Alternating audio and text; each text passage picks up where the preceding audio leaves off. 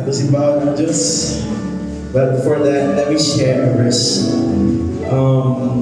It says here in Psalm 63 verse 4. So I will bless you as long as I live. I will lift up my hands in your name.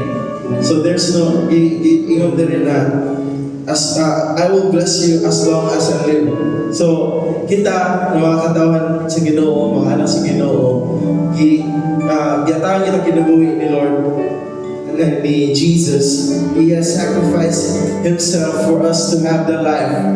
That's salvation. Because in the name of Jesus, there's salvation. So church, right now, let's worship Him with all that we are. Because it's not our life actually, it's His life that ihatag sa ato ba. And right now, we should be thankful. And let's give Him all our praises. Let's give our worship, our full energy, full attention, full focus. Yes, ang Ginoo. So, come on, church. Let's glorify the name of the Lord. Let's give Him praise. Let's lift the name of Jesus. Because Jesus is here and He's listening. He's listening to the praises sa kasing-kasing right now. Lord, thank you, Lord, for your goodness. Salamat po, Diyos, na Ikaw nagkapabuhan sa kinabuhi. Salamat po, Diyos, sa songs na hinutang sa kasing-kasing so that we can worship you with all that we are. And Lord, we believe, oh God, that you are the one who saves, that there's no other name who heals, who gives life, who gives freedom, oh Diyos. And Lord, we are here to worship you with all that we are, with no reservation. Thank you, Lord, for everything done in Jesus' name. Hallelujah.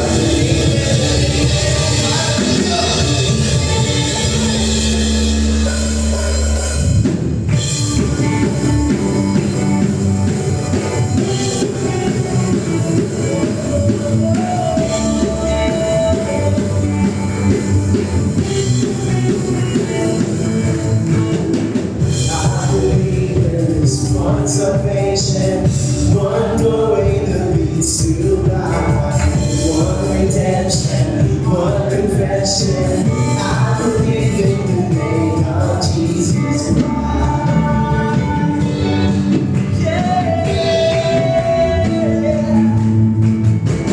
I believe in resurrection, Christ's blood has been set free. I believe in resurrection. Hallelujah, His life is dead to me.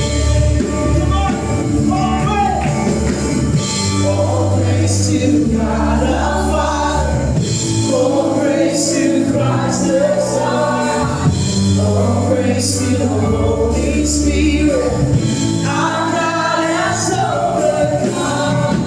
The King who was and is evermore will be. Jesus, my name, my name.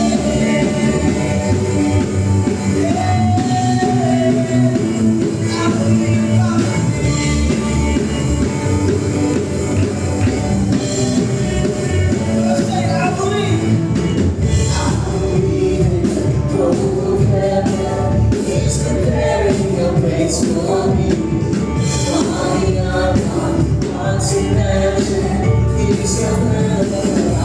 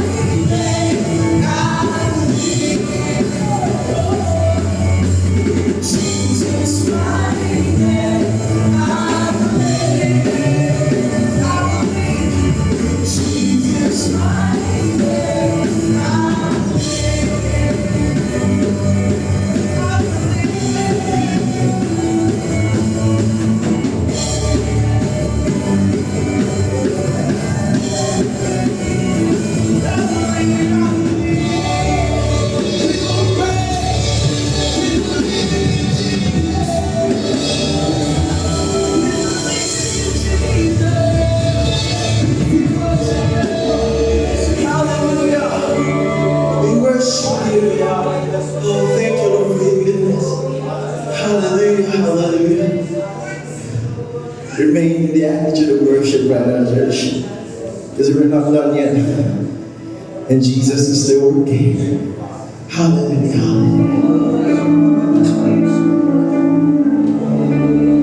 To praise your holy name. He's worthy of all your praises. Worthy of that offering, of that perfume. So right now, church, offer your best worship to Jesus.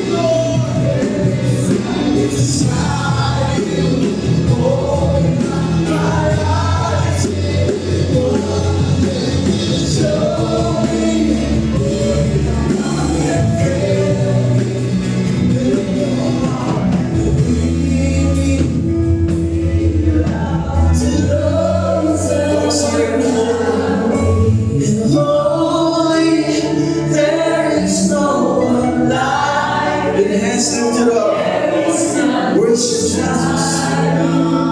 Open up my eyes in wonder.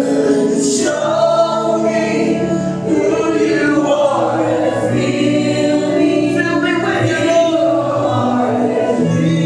Yes, Jesus. Give your love to those around me. Holy, there is no one like you. There is none beside you. Open up my eyes in wonder. Show me who you are and fill me with your heart. Lead me in your love to those around me. Oh, Father God in heaven, this is our prayer, God, that you lead us every day in our life. You guide us, Lord, that our life will be built upon the foundation that is Jesus Christ. The assurance, Lord God, of our victories when we are founded, Lord God, in Angelina. So this is my prayer in Jesus' mighty name, that you work, you move in our hearts, in our lives, like never before. I pray, oh God, that you will empower us, Lord God, every day to desire to know you more in our lives, to know your heart for us. Lead us every day, God. Lord, we thank you, Lord God, for this opportunity to come, Lord, before your presence in the middle of the week. Maybe, Lord God, we have different experiences or needs. But Lord, we'll make sure, oh Lord God, that God will honor you. We'll come together as your church to honor you, Lord God. Even, Lord God, during weekdays. Salamat, Ginoo, matagusa imong panalanginan. Salamat, matagusa, Ginoong Diyos, imo ang giayo. Salamat, Ginoong Diyos, matagusa imong gitabangan, imong gilingkod, imong gitudluan. Aron kami padayon magkinabuhi sa kinabuhi nga gusto nimo agi kanamo, Ginoong Diyos, kay imong mga anak na madaogon. So tonight, God, we give you glory, we give you honor for all the things that you have done upon us. And we magnify, we give you praise. Come on, just lift up your hands towards heaven. Salamat o Diyos. O salamat o Diyos, imo kamayo. Salamat o Diyos, imo kamatinayo. Salamat o Diyos, imo kaon, imo kinabuhi. We honor you tonight, God. Today, Lord God, have your habitation, Lord, in our lives, Lord. We thank you, Jesus. Oh, we give you glory, we give you honor tonight. We thank you, Lord God. In Jesus' mighty name. Amen and amen. Hallelujah. You may be seated. Praise the Lord. As I give the time kay Sister Mirna para sa pulong sa Diyos. Praise the Lord. Hallelujah. Before mo ato sa pulong sa Diyos, magamo sa our Heavenly Father, we thank you, Lord, for your presence, Lord God. Lord, we thank you that you have brought us in this place, oh God. We magnify your holy name. Lord, we are going to meditate your word, oh God, and we are going to put it in our mind and in our heart, oh God. And we pray, Father God, that your word would become a rhema each and every day. It will be a living word to our lives, oh God. At it will be mo igabayan sa aming kinabuhi mo sa matag-anlaw sa panginabuhi mo. Salamat Ginoo sa tanan ug kimahal ang gibalik kanimo sa ngalan ni Jesus. Praise the Lord. Dahil nakabot din sa Book of Ruth, chapter 1. Actually ngayon, na ako'y duha ka verse na gihunahon ako. Kaya akong share Wednesday, we are going to pray. Pero na-remember na ako one time, natulog ako. Huwag akong kamatahan to the word. One word lang yun. nga na-remember na permanently gid siya gabalik-balik sa ako. And then, gi-remind ko sa Ginoo diri sa Luke chapter 1. Okay? So, actually, kung ato gid ni siya basahon ini nga intiro nga chapter no. Kini intiro nga chapter, istorya gid ni siya mahitungod sa usa ka family nga gikan dito sa Bethlehem o gikan sa tribe ng Judah, no? So sa siya ka family nga ang head ni atong nga family si Elimelech. O nihawa sila dito sa place. Kung tanaw na ako ini na chapter, kining Bethlehem or Judah, mo ni ang place ng mga chosen people. Pero inin si Elimelech, iyang family, nidayan niya out from that place. Ni transfer sila dito sa lugar sa Moab. Mabasa na nato sugod sa verse. So, nadala niya ang iyang wife kasi Naomi, sa uban pa din ang pagkabasa, o ang iyang duha ka sons nga si Malon o si Chilion. No? Muna, dala niya, ang purpose nila nga muhawa sila dito kay grabe ang gutom. So, kung yung grabe ang gutom, na ay katuyanon. Kaya kung yung usa ka na experience kaya naggutom, dili lang pagkaon ng istoryahan ni anak. Even sa mga tanan aspect na siya, pag yung gutom, tanan aspect na ang maikot di anak. Not only sa pagkaon, not only sa apil na kay kanang usa ka tawo nga gutom, ma-emotionally and physically disturbed na siya. So, ingan anak yun ang may tabo. So, muni ang nahitabo sa ilan ni Elimelech. So, nagpunaw na silang adventure silang laing lugar. Ato sila padulong sa Moab. Actually, ining Moab, dili ni place sa mga Israelites. Nagtanawag din nato. No place ini ng mga Gentiles. So, actually, dili na mag-focus diha. Itagaan lang mo overview kung say naadiri sa Ruth. Nganong niabot ni siya nga storya diri sa Biblia, no? Kining sa Ruth. Okay? So dito sa Moab, kining entero family ni Elimelech. Uban ang iyang wife, uban ang iyang duha ka anak. So ang hitabo dito, nanginabuhi sila dito, pero niabot ang time na naminyo, before pa ni Ana, nabiyuda si Naomi. Nabiyuda siya, nawayan si Zanambana, napatay si Elimelech, o ang iyang duha ka anak na minyo ng Moabites, subot pa sabot dili Israelites, dili ka pareho sa ila. Kung sa uban pa na, outsider sa ilang mga chosen people, Moabites. So, dili yung believer, kaya namin yung ng mga bata ni Naomi. No? So, pero ang nahitabo, di anak na time, napatay ko ang duha ka bata ni Naomi. O nabayo po ang duha ka Moabites na mga asawa. So kung tanaw na to ang situation, grabe ka desperado. No? Hikan sa gutom, napatyan pa, nawaya. So yun na. So dahil na kami inin sa tulo ka klase nga widows. No? Kining tulo ka klase nga widows, si Naomi, si Orpha, o si Ruth. No?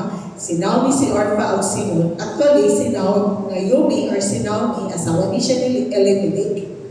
O si Orpha, daughter-in-law ni siya ni Naomi or Naomi. O si Ruth, daughter-in-law ko ni siya. So, aris ako sa sugod kang Naomi. So, hibawan ko, tulad ako, asawa siya ni Elimelech, mother siya ni Malon, o ni Chilion. O tungod sa iyang experiences, so yun ka, gutom, nabalik sila, among gihapon, namatyan, pag siya mga anak, o bana. So grabe ang iyang na-feel sa iyang heart. Grabe yun. So in fact, kung basahon na ito diri sa verse 20, wag gani siya magpatawag ng Naomi. Nagpatawag siya sa iyang kaugalingong nga Mara. So, ngayon giingon man niya ang kaugalingon nga Mara. Tungod kay iyang feeling nga ang Ginoo nag-deal siya betterly. So, yun ang nawala ang iyang bana, nawala iyang duha ka anak. So, feeling niya nga, naman ang Ginoo, pero apo. So kung tanaw na itong kinabuhi ni Naomi or ni Naomi, nakalagay siya sa Ginoo. Siya ang nagpatutog. Kaya nung maganda sa family sa mga Israelites, ang mga babae, matutulog punta sila sa mga ilang mga daughter-in-laws. No? Si Jana siya, hatag siya. Kung kamalo siya, kung ano ang kaayo sa Ginoo, sa iyang kinabuhi. Pero ni-feel siya o depression kung sa ato pangatay. Ni-feel siya na depressed kasi grabe kasi mo, di makaya sinang ka na mawayan imong loved ones mawaya. So, katong iyang ibati, katong iyang na-experience, iyang idala-dala. Idala-dala ito niya. No? In fact, na-share na niya sa iyang mga daughter-in-laws. So, usahay ko ng anak ko ng mga Kristohan mo. Nangalagad sa Ginoo, nakasabot mo ng mga promises, nagihatag sa Ginoo, pero usay makalimot. Usay ang ma-focus ka doon ka mga situation, mga circumstances na naghahatag desperation sa iyang kinabuhi. Mga circumstances na usahay pagtanaw, end of the world na. Nalala gani? O usap biskay ato sa mo share siya sa kamaayo sa Ginoo ang naan hinuon nga mga circumstances na di maayo ang mao na hinuon ma-impart dito sa uban. Na usahay mag-exist na sa mga Kristohanon. Kaya kung tanawin yun natin sa kinabuhi ni Naomi, nangalagay siya sa Ginoo. Kung na-impart na niya dito sa iyang mga daughter-in-laws. So, pero nakalimot siya nga ang Ginoo baya na ay nakumplano siyang kinabuhi. So kung kita usa ka Kristohanon, kung naamang ganita sa ining situation ni Naomi, feel na ito nga, mas dako man ang nga situation, mas dako ni siya na, bagan, di naman mo hapit makita ang kamaayo sa Ginoo. Just remember that Jeremiah 29:11, God has a greater plan sa atong kinabuhi. Sa gani ang Jeremiah 29:11, for I know the plans I have for you, declares the Lord. Plans to prosper you. Ano ba sunod? Not to harm you. Okay, plans to give you and a good future. Huwag yun na yung plano sa Ginoo. Huwag nakalimot di anak si Naomi. So ang kita po mga Kristohanon, kung naanatain na situation, kita mo gawin. Atong hinugduman ang mga promises na ihatag si Ginoo sa atong kinabuhi. Tutok lang kita kaniya as the author and the finisher of our faith. Mas greater siya kaysa di ana nga situation. Ikaduha, nga wedo, ari kita kan Orpha. Inin si Orpha is the daughter-in-law of Naomi. Actually, wala niya libutan kung kinsay yung asawa ni Malon o ni Michelle yan. Pero daughter-in-law siya, isa siya sa mga asawa. Nakita niya kung unsa sila pagbuhi sa Ginoo. Actually, na-impart siguro sa iya ang kamaayos ng Ginoo sa kinabuhi ni Orpha. Sa kinabuhi nila ni Naomi o ni Elimelech. Pero umay nahita ko, sa time nga sila nakatuyo, naka-decide din sa Naomi nga mubalik ngadto sa iyang kaubanan dito sa Bethlehem, Judah. Gusto na hindi mubalik sa Naomi, nga naglisod na magod siya. So, sa time nga mubalik na tanan siya, di na niya ni si Orpha. Okay, di ba naging ko ganina, gi-share ni Naomi unsay mga kabugaton, kasakit siya kasi niya to siya mga daughter-in-laws. So sa time na niyo na siya sa iyang mga daughter-in-laws, balik na ta dito. Kalisod na dito. Di na pwede. Wala tayo mga bana. Wala na ito. Mabuhat din. Balik na kita. Think kung ikan balik na ta. So, muna na hitabo. Din si Orpha sa din si Ruth, nanuwaw. Sila nga balik mga dito. Kami, asa man ni, ingon si Naomi, pilit na mo, ako raan mo balik. Ingon sa, tuwong gihapon ini si Orpha sa nan si Ruth. Hilang sila, pero niro ni ingon ini si Orpha. Dili ko, hindi mo iban ka sa dako nimo. Gusto na ko iban nimo, hay ka pa singon, iban ka sa dako nimo. Gabi nila hilang duhan nila. Si Ruth, waanay si Jano. Hilom-hilom ani si Ruth, pero si Orpha ni siya, ipan lagi ako sa imo. Kami kahato, ipan yun ko. Pero pagkasunod, pag-ingon ni Kuan, kung ato yung basahon diri sa mga verses, no? Pwede na ninyo basahon. Ni pag-ingon ni Naomi, nga gusto gyud mong duhang magbanako. Wala na naman kayo po'y mahimong bana. Hingga niya, kung maski pamaminyo ako kuman gabi, mga anak ako makahulat ka ako nga mahimo ninyo ng bana ng akong anak. Subot pasabot, gusto ni Naomi i-impart sa duha niya ka daughter-in-law nga walay maayong future. Walay maayong future ang ilang pag-uban. Unsa may behavior ni Orpha. Ingon na kayo siya, hilang siya, ako na gilang. Ako siya ang Naomi siya. Goodbye. O, di ba? Kung muna, pero ang iyang heart, iban kang Naomi. Pero may nabuhat. Ang last ni Japazat Nakos, goodbye, bibiyaan niya si Naomi.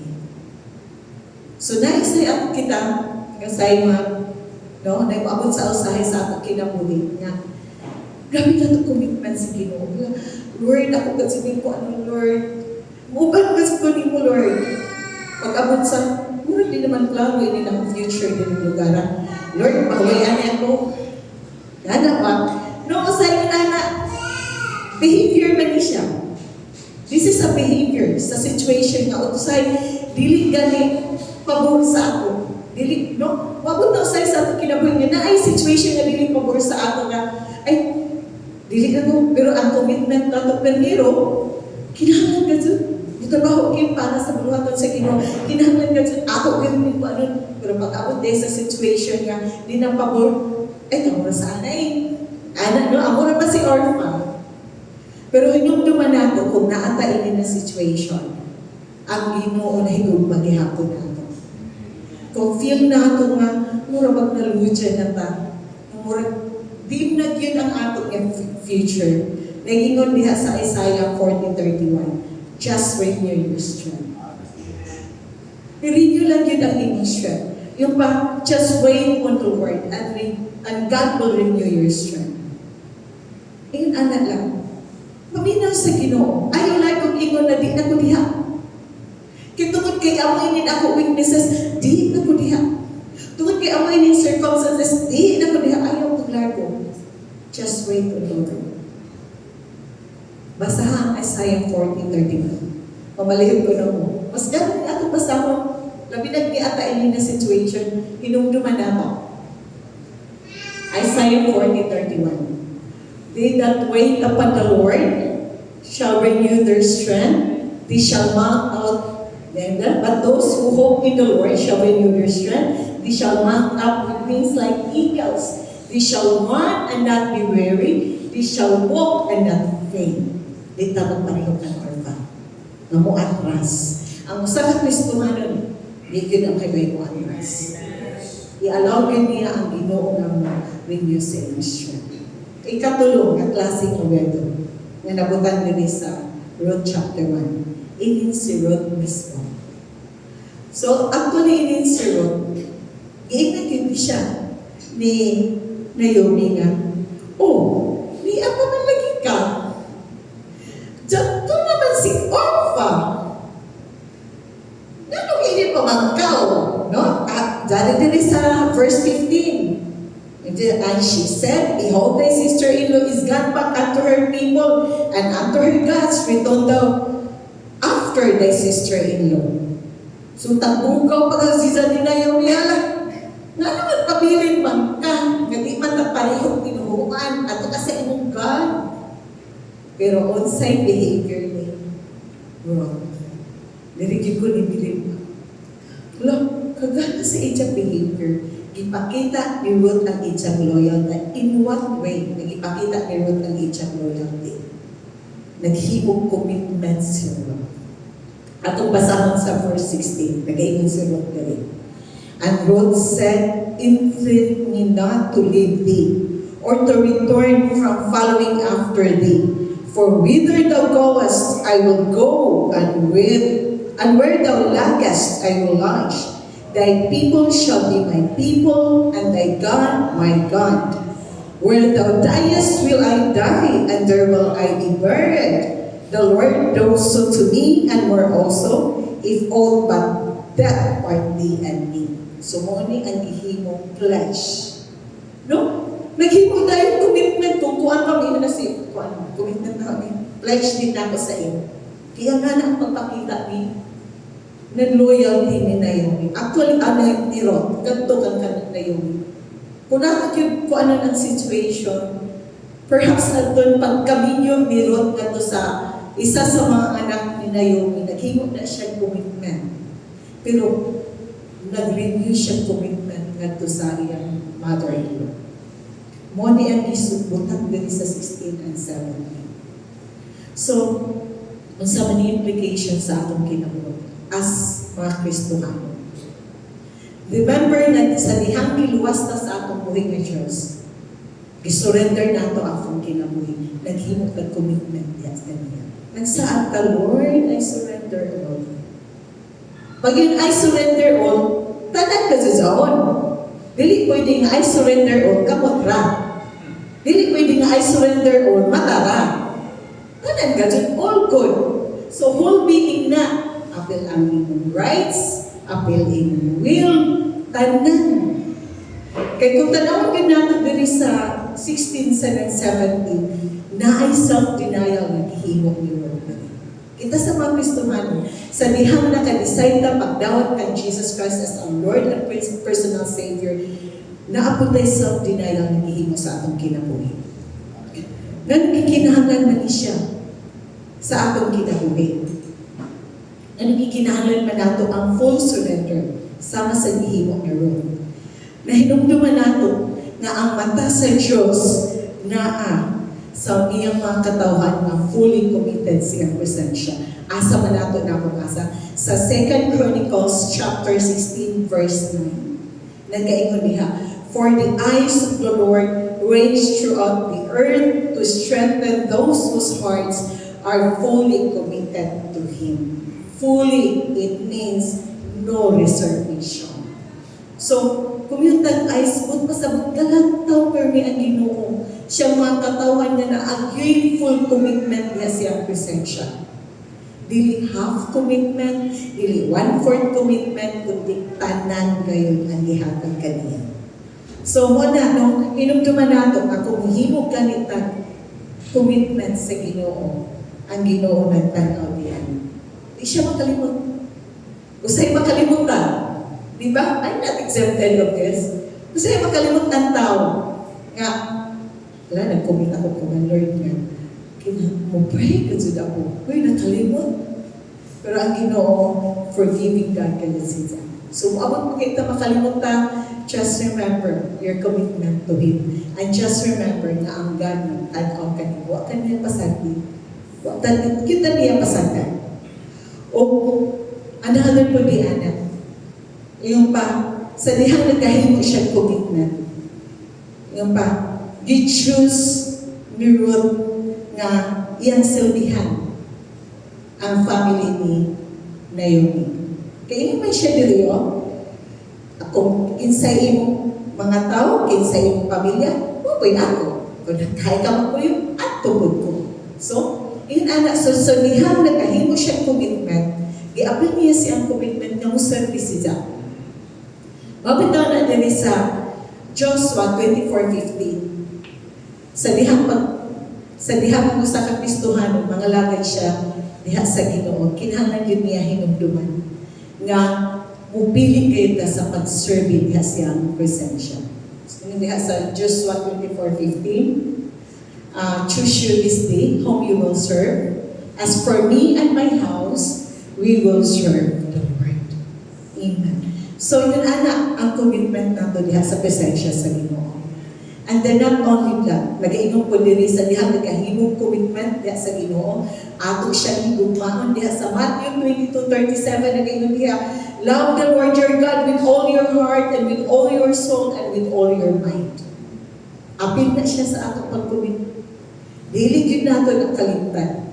O ining verse nag-inom diri sa Romans 12:1, present your body as a living sacrifice. Appeal ko na siya sa atong commitment. So mo nang permiyo nga behavior nga gi-show ni Ruth as a show of loyalty niya ngadto kang Naomi. Mo ni atong himuon as a Christian. So ikaduha, ang ikaduha na behavior mo ni ang faith in action. O nag-ingon si Ruth, sige iba na ko nimo. Storya pa to ha, wa pa'y action. Storya pa siya, mo ni ako buhaton, mo niya. Sunod, pag umang istorya di anak ni Ruth nga to kang Naomi, nihilom si Ruth. O, dili no, sa verse 18, wala na siya mong istorya si Naomi, o niiban si Ruth. No? Wala. So, gipakita ni Ruth nga ang iyang istorya tinun-anay. Nay action. So, kita sa mga Kristohano, sa dihan nagkahimutang commitment, as a show of our loyalty, atong humuan og aksyon. Unsay atong saad sa Ginoo. O tinumduman nato nga ang atong action inubanan na siya sa pagtuo. Dili pwede nga maghimutang action, maghimutang trabaho para sa Ginoo nga walay pagtuo. Kay ngano masagulan na siya mga self-interest, masagulan na siya pride. So kinahanglan nato hinumduman nga kung naatay pagtuo with action, hinumduman nato nga ang atong confidence, ang atong hope naa sa presensya sa Ginoo. Wala sa atong kaugalingon. Kay nga naman, ibutang diya sa Hebrews 11:1, faith is confidence in what we hope for and evidence about what we do not see. So, confidence nato na siya diha sa presensya sa Ginoo kung unsay atong gihom. So, tanan akong pag-abuhato kung banan yun nato ng pagtuo. O nag-ingong po diha sa Romans 5 verses 1 to 3. We are justified by faith. Everything that we are going to do, we do it all for the glory of God. Amen? So, muingon ana ang atong faith in action.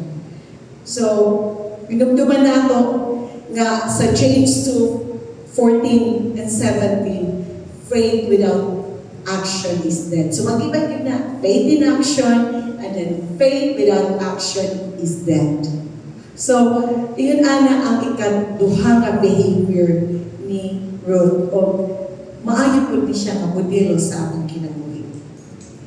Kung di ato ingon sa Ginoo, remember, ang inang Ginoo word, tabangin ko nga mahimon ako. Tabangin ko, Lord, na ako limitations. Utag lang ko ini. So, God is gracious, He is loving, He is merciful. So, do not be condemned kung na ang galing talihin nga situation. Ikatulo, samtang nagbasa ko din from verse 19 to 22, nagbasa ko, ano yung reaction ni Ruth samtang naglakaw sila. Layo ba yan? Layo ang Moab, layo ang Bethlehem. Dili kon ikan diri pasimotlas na balka. Layo ka dun siya. No? Layo ka dun. Naglakaw sila. O nakaabot sila dito sa lugar. No, wala yung kimension diri nga ni complain si Ruth. Wala siya, wala kimension. Ni complain siya. No? Wala. Silent lang si Ruth. Si Kuan Hinon, si Mara, si Naomi, sige na siya complain. Si siya hinon na, so kung kinagino na ako, namang yung kinabuhin. Nanay mo si Naomi. Pero sila ko yun. Oban-oban lang siya, kay kabalo siya, na siya pagturo sa Ginoo. Kabalo siya na naging buhaton ng Ginoo sa iyo. Yun anak, wala siya kong complain. O ni-persevere siya. Nagapadayon siya. Uban siya. Kay, di ba nalalim na, usa ka magtuturo, ngayon kauban, arang ka negatibo, ikaw sa arang ka positibo. Di lalim, no? Lain-lain mo guna-guna, mag-uban mo. Di lalim. Pero kung sa may kibuhat ni Ruth, silent lang siya. Wala siya mag-complain. Persevere na din siya. Padulong sila dito sa Bethlehem, Judah. Wala iyang complain. So, wag na ato buhato mga kaigsuunan. Sa dihan na nalagad ta sa atong buhi na Diyos. Sa dihan na atay commitment, ibuhat nato atong commitment diha sa presensya sa Ginoo. Hinumduman nato that we should do all things without grumbling or arguing. Diha sa Philippians 2:14. Tanan nato pagkabuhaton, dili ta magpagudto. Kung di ta kasabot Ginoo, ano ko kasabot ni Lord? Tama ko ko. I-reveal sa ako, Lord, ano yung gusto. I-reveal sa ako, o ang show sa ako. Kaya kung mulay ko ganitan, bagut-but, mulay ko ganitan, argue na dahil ta, dili yun, why mahita mo? It will cause pain na hinuwan sa ating kinabuhi. Tinuod na, ang effect ni Ana is maka-epekto na sa atong mental health actually. Maka-apekto na sa atong kasing-kasing. Mabitaw, dili sa Philippians 2:14, imuna to ang tanan nga dili ang kamuton. Yung paniha sa 1 Corinthians 10:10, and do not grumble as some of them did, and like katong sa panahon ng mga Israelites dito sa wilderness, no? They were killed and destroyed because they grumbled. No? Nagpagod sila, ningon sila kang Moses na anong idalakan ninyo diri sa wilderness, lutongon na kami nimo, kainit ini na lugar. Nana, o kang nakita mo ato ng mga Israelites nga nag-grumble, o naman, wa sila kaabot sa promised land. Nawala sila sa kalibutan, no? Yun sila kaabot sa isa at sa Diyos sa ilang kinabuhi. So, kita mga Kristohan, ang dili kita maging-ana. Ang atong focus ang Ginoo, dili kita magpagudbud, kaya kung magpagudbud ta, di ta kaabot sa ni-promise sa Ginoo sa atong kinabuhi. So, unsa may atong buhaton sa panahon ngayon ini? Na yung mga untoward incidents sa atong kinabuhi. Na yung mga desperate situation, circumstances na di na nakasabot, na usahin makaingon na ta nga, ako naman yung katungod ligsan. Mura mang katug, nawala namang gazag ako. No? Yan no? Mag-feel mo na, halaga, saan naman eh? So, just remember that God is always there. Just pray. Mabitan na nabito niya sa 1 Thessalonians 5:17. Pray without ceasing. So just pray. Kaya ka na mag-ampo ta sa Ginoo.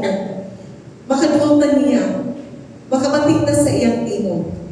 Kaya ka na pag-ampo nato, it is a two-way communication between you and God. So dili lang na ingon na nag-communicate lang ka perdi sa Ginoo, kundi mamina po ta sa Ginoo. Kung mag-pray ta.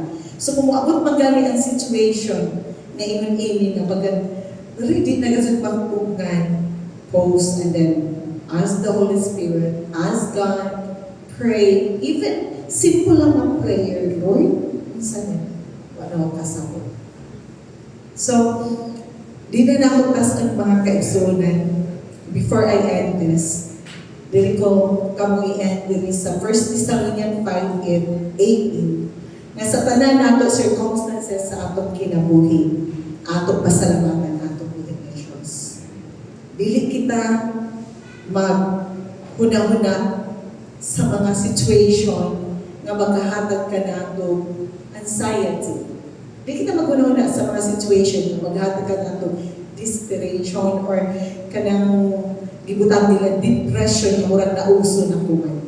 No? Dili nato na huna-huna, kundi i-remember nato sa atong commitment niya sa Ginoo. I-remember nato na kanang atong commitment, ato ng trabahoon o mag-persevere ta, magpadayon ta, o pasalamatan nato ang Ginoo o siya kanunay atong acknowledge ang kinabuhi. Amen? Let us pray. Our Heavenly Father, we thank you, Lord, for your word, O God. Lord, we believe nga nakin makikistorya sa among kinabuhi karong gabion na Lord. Lord, kabalo ka kung sa'y nasa among kasing-kasing, kung sa'y nasa among hunahuna, Lord. Hindi makapapretend, Lord, sa iyong presensya. Iya po, ano sa mga tao that we are okay outside, Lord. Kapag, Lord, nakakita, cute ka, Lord, unsay nasa among hunahuna, unsay nasa among kasing-kasing. So, Lord, kung naami sa panahon Ginoo sa scarcity, ikaw magapuno, Father God. Sa tanan aspect sa among kinabuhi, ikaw magapuno, Father God. Sa kaluyahon, ikaw mag-renew sa among strength. Sa panahon Ginoo nga kinahanglan na mong giya, ikaw magagiya, O Diyos. Lord, we pray nga ang imong Holy Spirit mo'y magamove sa among una-una, sa among kasing-kasing, sa matag adlaw, sa among kinabuhi. Dalaygog yun ka o Diyos sa walay katapusan. Sa ngalan ni Jesus. Amen.